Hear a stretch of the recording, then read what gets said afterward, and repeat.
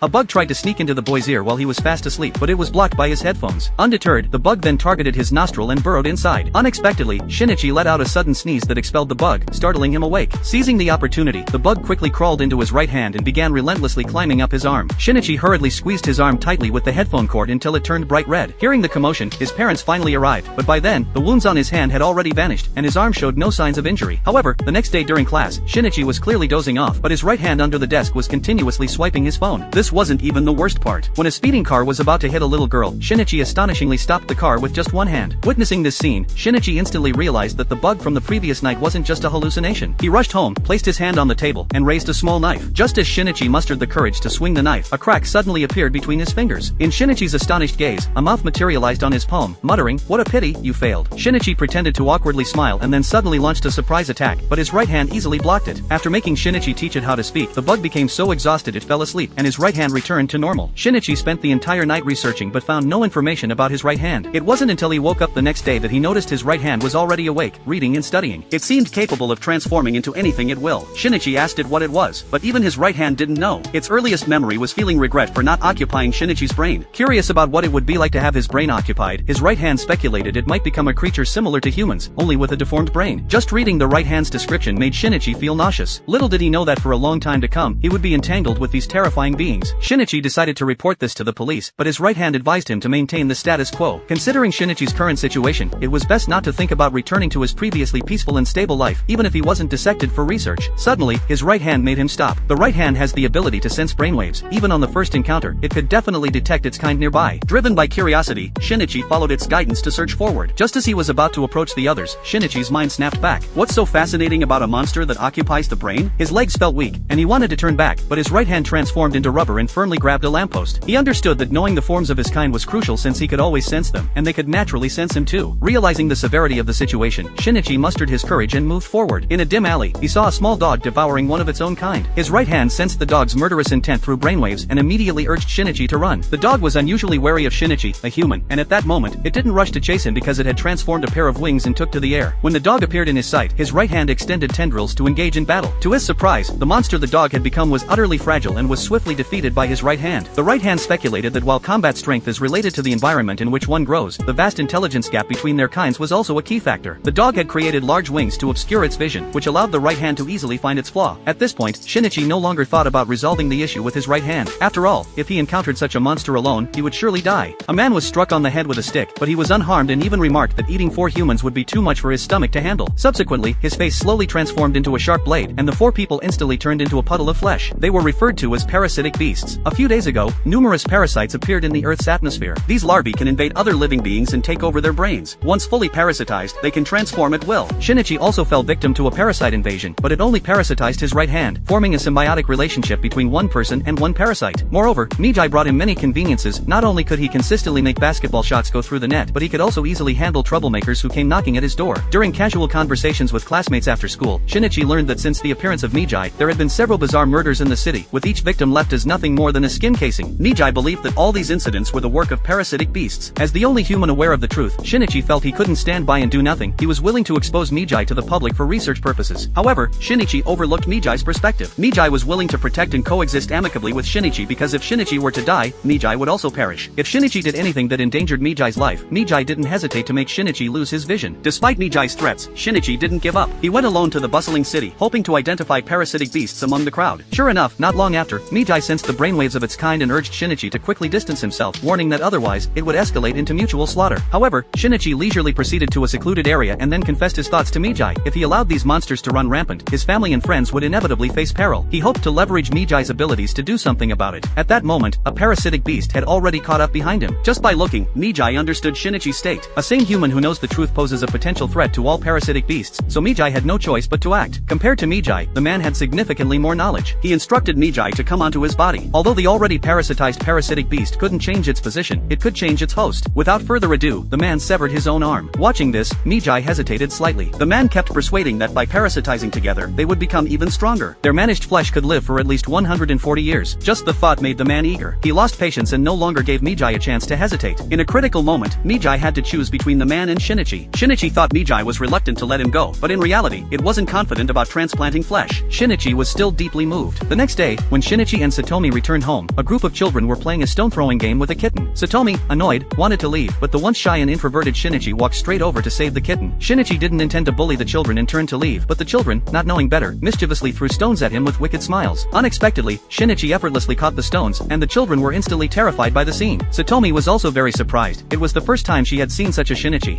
The man transformed his head into blade-like tentacles and launched an attack instantly. This is the kind of battle that occurs between parasites. The boy before him is the most unique parasite, unlike humans whose brains are fully parasitized. Shinichi only has his right hand taken over. While this grants him superhuman abilities, it also brings immense danger. Parasites can sense their kind through brainwaves, and if other parasites detect Shinichi's existence, his life is inevitably at stake. Today, Shinichi felt the presence of parasites at school, but the large crowd made it difficult to pinpoint the source. It wasn't until he looked towards Ms. Ryoko on the stage that a terrifying aura suddenly overwhelmed him. Both he and the parasite sensed each other's presence simultaneously. The instinct of parasites is to prey on humans, and Shinichi feared for his friend's safety. However, Mijai assured him there was no need to worry because Ryoko had always maintained her human identity and wouldn't expose herself by attacking nearby humans. As Mijai predicted, after school, Ryoko approached Shinichi, claiming she meant no harm. She expressed a keen interest in the coexistence of humans and parasites and suggested they meet at a cafe to discuss further. Shinichi arrived first at the cafe, but Ryoko brought along a man named Mr. A. Mr. A's demeanor posed a threat that Mijai could sense, but Ryoko intervened to prevent any confrontation. Ryoko revealed to Shinichi that she and Mr. A had a child. Mijai believed that a child of a parasite and another parasite would likely be a normal human, which made Ryoko curious about the true nature of parasites. Shinichi questioned, "Aren't parasites just man-eating monsters? They kill their own kind." Mr. A, sensing Shinichi's disdain for parasites, stood up and left. To him, parasites were meaningless, just creatures that ate when hungry and killed when obstructive. At this moment, Shinichi was seen by Mr. A as an obstacle. Ryoko warned Shinichi not to reveal her true identity, assuring him she would maintain her human facade and wouldn't act recklessly. However, as expected, Mr. A couldn't contain himself and stormed into the school during the day. With ordinary humans unable to stop him, Ryoko disappeared as danger loomed, and Shinichi fled with the crowd. Mijai realized that Mr. A's target was undoubtedly Shinichi and planned to use the crowd as human shields to eliminate Mr. A directly. It was only then that Shinichi understood Mijai was essentially a parasite devoid of humanity. Desperate, Shinichi sprinted upstairs, unwilling to sacrifice human lives to protect himself, deciding to face Mr. A alone. He piled up tables to act as a barrier, intending to replace the human shields Mijai desired. Mijai remarked that Mr. A was just one person, but they were two. Mijai extended a tentacle and detached a table leg to serve as Shinichi's weapon. Mijai and Mr. A were evenly matched, and the outcome hinged on Shinichi. Unnoticed, Mr. A had already reached the bottom floor, leaping through a window. The barrier Shinichi created now blocked his own escape, triggering a life-or-death showdown. The two parasites clashed at speeds Shinichi couldn't match. Following Mijai's strategy, Mijai focused on near-perfect defense while Shinichi was to advance step by step. In this scenario, Mr. A wouldn't take Shinichi seriously, but Shinichi trusted Mijai. He decisively thrust the table corner into Mr. A's heart. Although Mr. A found an opportunity to counterattack, his heart was deeply pierced by the table leg, causing blood to gush out continuously. Since a parasite's core is its brain, with the body serving as a power source, Mr. A couldn't be killed instantly. However, once his bodily functions were exhausted, death was inevitable. Driven by the instinct to survive, Mr. A couldn't afford to prolong the fight. As long as he could share Ryoko's body, he had a chance to live. But Ryoko was clearly not so kind-hearted.